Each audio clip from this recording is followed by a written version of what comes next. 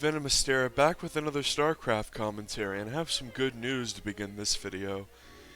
A couple weeks ago I made the video ASL cancelled, and it was just a reflection on how the Korean company Afrika decided not to bring Tasteless and Airtoss back to do the live coverage of the ASL. You know, going up there and doing the commentary like they've been doing for the GSL for over a decade. And everyone was upset by that, and rightfully so. But since then, Tasteless and Airtoss have negotiated to cast the VODs, and they have since done so for the first few sets of matches, and I'm going to put that in the description. So, not all is lost, and Tasteless and Airtoss still do the ASL, but the videos come out like several days after the groups air live, so make sure that you not only watch those videos, but like them, because they are being uploaded on Afrika's channel, so we really want to show Afrika that we support the English version of ASL, so really important, you don't have to pay any money to fucking like a video, and if you can just jack the like rating just way beyond what a video normally gets, then it shows like, yeah, we support Nick and Dan. Very easy to do that. Also, they made a Patreon if you want to give real money. That being said, this is a droopy little 2v2 I played. These are the opponents, Goose, and I'm just gonna, his name's Elbreas. I'm just gonna call him Embryo or the Red Terran. Going for a 2 barracks opening with absolutely heinous depot placement. This is me down here in the bottom left playing Terran. Going for fast expand. And my random ally, Killa U. This guy, not very good, just for the record. And this game is going to be a good example of what happens whenever you play against an air player, because these air players on the 2v2 ladder play extremely similar to one another. They cut a ton of corners, they play very greedy oftentimes, they're very slow players, they're not good at multitasking, and they can be very difficult to deal with because of the power of air. And if their ally can do anything correctly, then oftentimes all it takes is for their ally to have just some sort of army, and it's very hard to get under the air properly and engage. The Terran player went for a very weird, like 2 racks pressure, like a delayed 2 racks opening, and I was scouting around with my Reaper and looking for proxies. This is a really common spot to find a proxy Stargate, as is this spot right here. And this one's more rare, and sometimes if people are brazen, they'll put it right here. But this is the absolute most common spot. And this is a very odd little push out that you don't really see a lot. Back whenever the game first came out, we would see more of these stylistic type moves, where people would do early unit pressure and delay their base to try to put pressure on. And really, this guy has killed the depot and delayed mining and not much else, because we can see he tried to focus fire my Reaper and I microed it back. So good little D by me. Notice my idiot newbie super selfish ally is head first into a supply block here. Despite being on 1 base, he's gone 2 Stargate of course, and he's made 2 cannons in his main. So this is so bad because you could just do a build where you fast expanded, got cannons here and maybe 1 here, had double the income and double the workers, and still was on 2 Stargate production. Notice just he's made the 2 Stargates, and because of the supply blocks and his lack of talent, they've just been idle. This is a great example of the terrible air player. No clue what he's doing. On this map, the person who spawns on the edge has a huge obligation to defend. So it's Embryo, the Red Terran, and Savagewood, the Blue Terran. That's me. It looks like Savagewood is going for some sort of fast drop build here, as he's going to swap a Reno here with the starport, and he's already getting stim. Zerg players especially, but also non-Zerg players, whenever you scout Terran and they have this green tech lab glowed up on the barracks, it means they're going for bio, or at least bio sort of factory play. And we see the Oracle's coming in so ludicrously late that the guy who threw a bunch of early game Marines away is still able to defend. And Void Rays are going to fly across the map, and we can see Savagewood was running around with his Reaper, looking around, trying to figure out what was going on, as we see more Oracle shenanigans occurring, but not really getting a ton of hull damage done. 15 kills, that's mostly on Marines, and it does die, and this guy's macro is bad, so these are just sitting here. It's really common for people to set up like abusive little shield battery plays over here because it's the gold base and then they can take it, but most importantly they can abuse this high ground. Now what I was saying earlier is the onus is really on the person who spawns in this spot to button up this defense.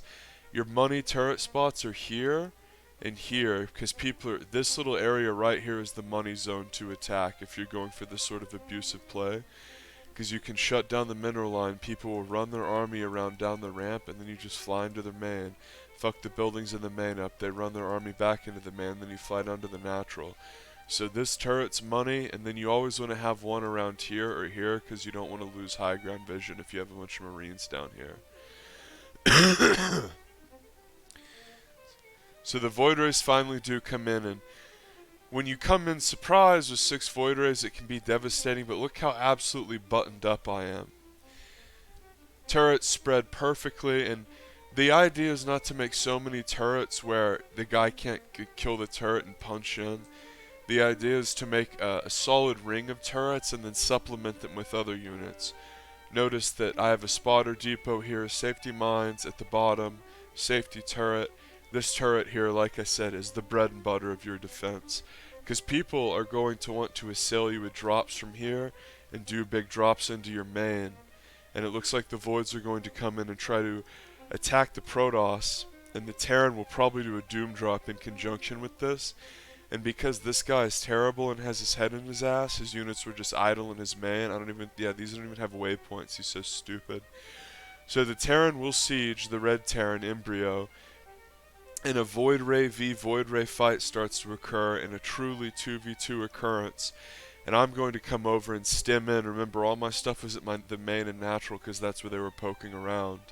But thankfully I had made enough turrets to not get backstabbed, and the mines are going to burrow here and really do a lot to clean up.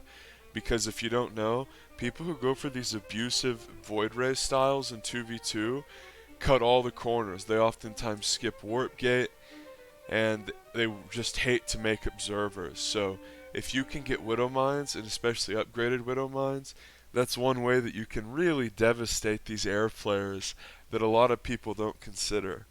Because the air can be very vexing to deal with, and if the other person who is teammates with the air player makes any sort of army at all, a lot of times you can just be sitting there with your dick in your hand, like if you're playing like Blink Stalkers or Mass Marine, for instance, like how am I ever going to get under this?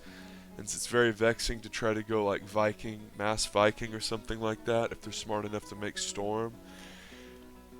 These air styles are very easy to execute and very powerful, and we can see me pinging this encampment, because the last thing you want is Toss to get set up here with a million batteries and cannons and you can't engage into it. This is the most annoying, abusive part of these air styles, is these shield battery entrenchments. And usually what you see is like so they'll proxy and make the batteries there. You don't really see like in base 2-port with all the tech in the base and then this sort of forward push in conjunction with the base. But if this were to be up for 2 more minutes, it would be nearly impenetrable.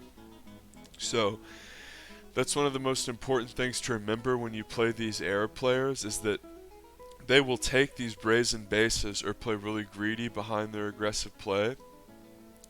And it's up to you to really snipe these bases and not just let them run away with the game. Because what the air player wants to do is make a bunch of batteries and Void Rays and keep you in your base running around like a retard. All the while, they're taking all the bases on the map, making a shitload of batteries and cannons. So here's Savagewood. He's saying, come, let's go, let's go. He's going to stem, focus the carriers, move the mines up. The mines are in a really cute little spot there, and the Voids are going to come over and turn on their Super Void Ray, Prismatic Alignment, Phaserinos, and mow down a carrier. And it's very important to break these entrenchments before they become out of hand, because that's sort of the nature of Protoss Air, is it can get out of hand on you very quickly if you let them play greedy, you let them establish a big army.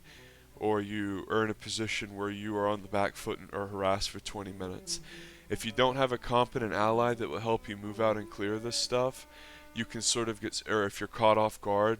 Remember, I was running around with the Reaper the entire early game, literally in this spot looking for this exact sort of play, so I'm wary of it. But if you're caught off guard and that first little showing up of Void Rays hits you in the mouth instead of having a turret ready and everything else, you can find yourself defending for 20 straight minutes as the toss takes the whole map.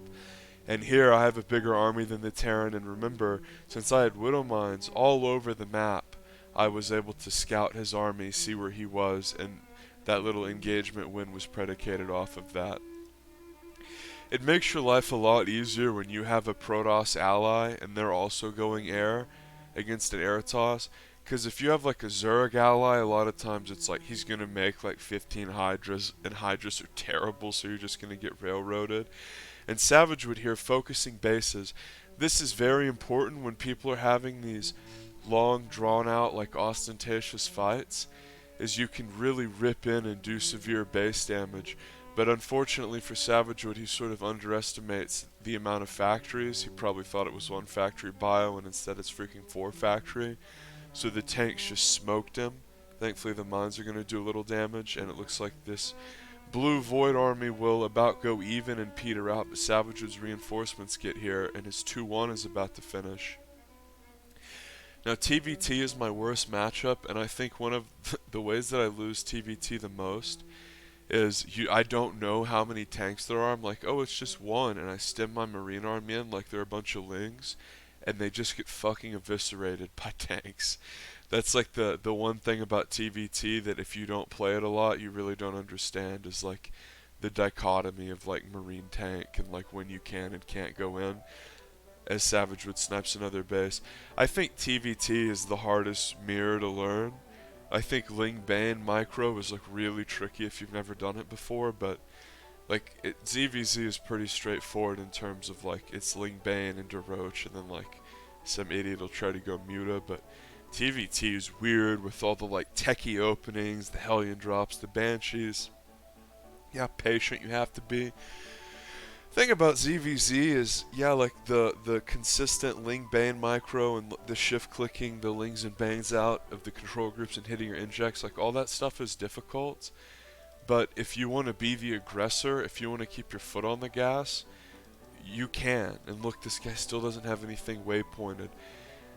And remember, on this map, I have all the responsibility of defending our main. So notice that I've turreted up our main very good, and we're buttoned up to air harasser drops. Because in the mid game and late game, what you're going to see is like Terrans will just load up 6 medevacs and fucking Rambo Doom drop fly in your base. Or toss players that go air will like come around here, check these bases, and then just fly in. So you have to overmake the shit out of defense if you spawn right here. It sucks to spawn as Zerg right here, because you have to like creep spread all the way up, and it's way harder than just making a turret ring, you know, like laying 4 tumors in your damn man. That's the last thing you want to be doing as Zerg. As Zerg, you want to really get your first few tumors out on the map spread and creep, not fucking have them in your main. So Savage Wood puts turrets down, and notice they're going to snipe the sensor tower. That's super important to limit vision in 2v2. And the other tower you see is Savage Woods, and oh my god, is a beautiful tactical maneuver as the blue team moves in together and snipes another base. Savage Woods screams northbound and is going to stutter step in like MKP and obliterate this base as well. So when you lose 2 bases in rapid succession like that, it's very difficult to recover, and even if the Protoss player loses a bunch of carriers, he's going to be okay as the toss upgrades are about even. And Savage Wood's going to stem in and try to help his buddy, but that's a lot of mech on the ground, and Savage Wood is also limiting bases here and has a little droopy drop in the man, so he's forcing his opponent's multitask, but the blue Protoss is going to run out of steam, and a little siege tank goes a long way in TVT. An interesting dichotomy of playing against sort of mech heavy plus air is the Marauder is really good against mech because it does bonus damage to armored, like you want to go more Marauder heavy. but obviously the Marauders dog shit against air. So here we have a huge, potentially game-deciding engagement as the red team pushes up into Savagewood's base as an immense amount of friendly fire goes down. And Savagewood is trying to focus fire these pesky carriers with Vikings, as well as get his Widow mines down and not have the mines friendly splash everything. And notice that the blue player, old Protossy, Killiu, has lost all his carriers, and he's sort of really struggling here to find his asshole from anything else as far as orifices go. And Savagewood desperately trying to hang on, trying to snipe this Thor that's brilliantly being microed back, and he says fuck it and takes a carrier instead.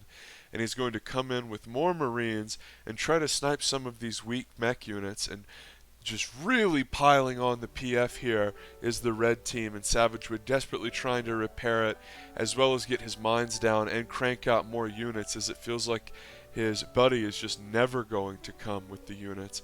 And Thor's just decimate buildings. Savagewood is going to have to spam repair again. Notice this is being blocked by a mine and has been for a while. It's attempted to be retaken multiple times. Savagewood focus fires that pesky Thor, and the observer is lost here. This is a razor's edge, very long fight, almost like a Brew War fight, and this turret is just worth its weight in gold for Savagewood. 17 kills, and again, mass repair trying to be executed as the PF goes down very, very low. More mines being burrowed, and boom, a healthy chunk being taken out of the mech army. And Savagewood has pretty damn good upgrades at this point. He's a little bit lacking on the infantry armor, as he finally holds, as that was an epic long fight that was a true 2v2 fight for an extended period of time. And one good thing about creep dropping your opponent's bases is Savagewood does a filthy counter here, but there are a lot of tanks here, and Savagewood knows better. He doesn't have any medevacs, which makes it way harder because you can't just bulldog on top of the tanks. That's the thing about creep dropping on your opponent's bases, or leaving a mine there, or like a burrowed ling, or even like a DT, is whenever people get into these committed fights and are really focused on microing, they're not going to be able to like look at this base. They're going to place it and then look at their army, and then they're going to come back and be like, why didn't it build, and try to place it again and look back at their army, because it's just going to go eh. It's, you know, it's not going to say like couldn't place structure. It's very easy to miss. That's why it's good to do things like that. In the same way that if you're being parade pushed, it's good to limit your opponent's workers and make sure that they can't just infinitely parade push you. Killing a base and then leaving something behind is very good. Notice he had to build a fucking cannon to get rid of it.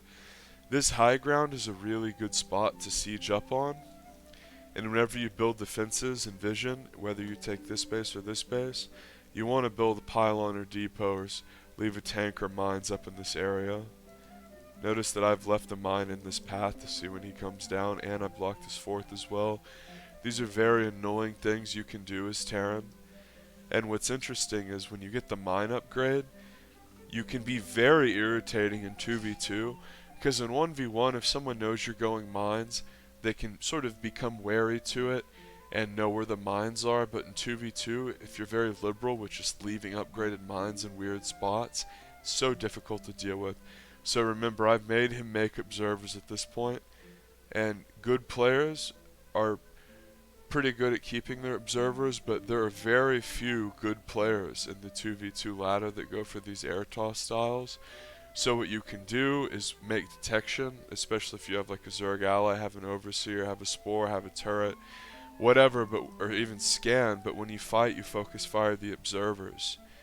Because the Protoss player, A, he's not going to notice like your average brain dead Airtoss, and he's not going to want to make a bunch of observers. He's not going to tech up and get observer speed, and you know, it's just a really good way to take advantage of your opponent.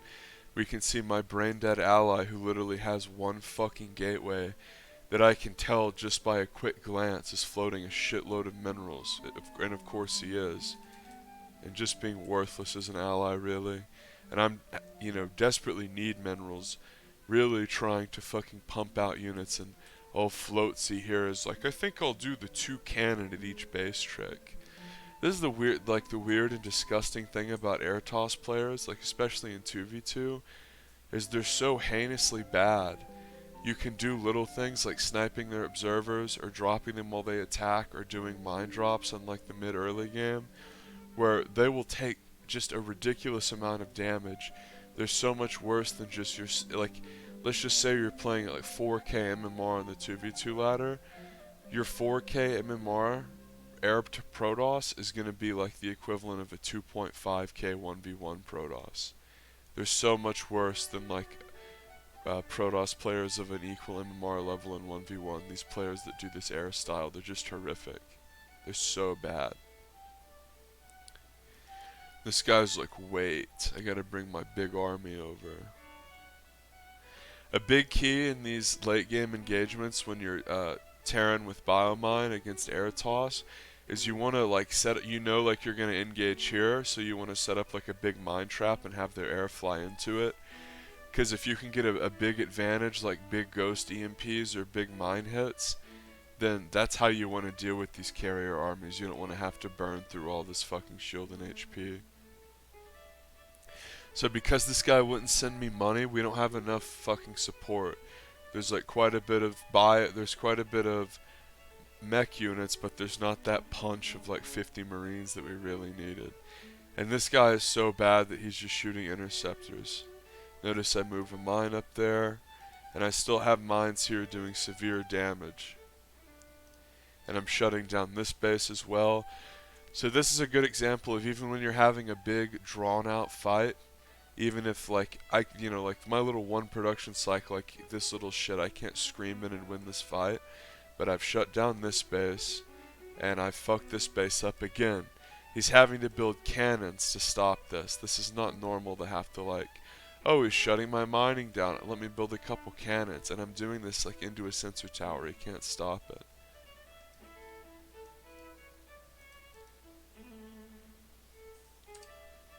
If we go to upgrades, I'm doing pretty good here. My Terran opponent's doing pretty well also.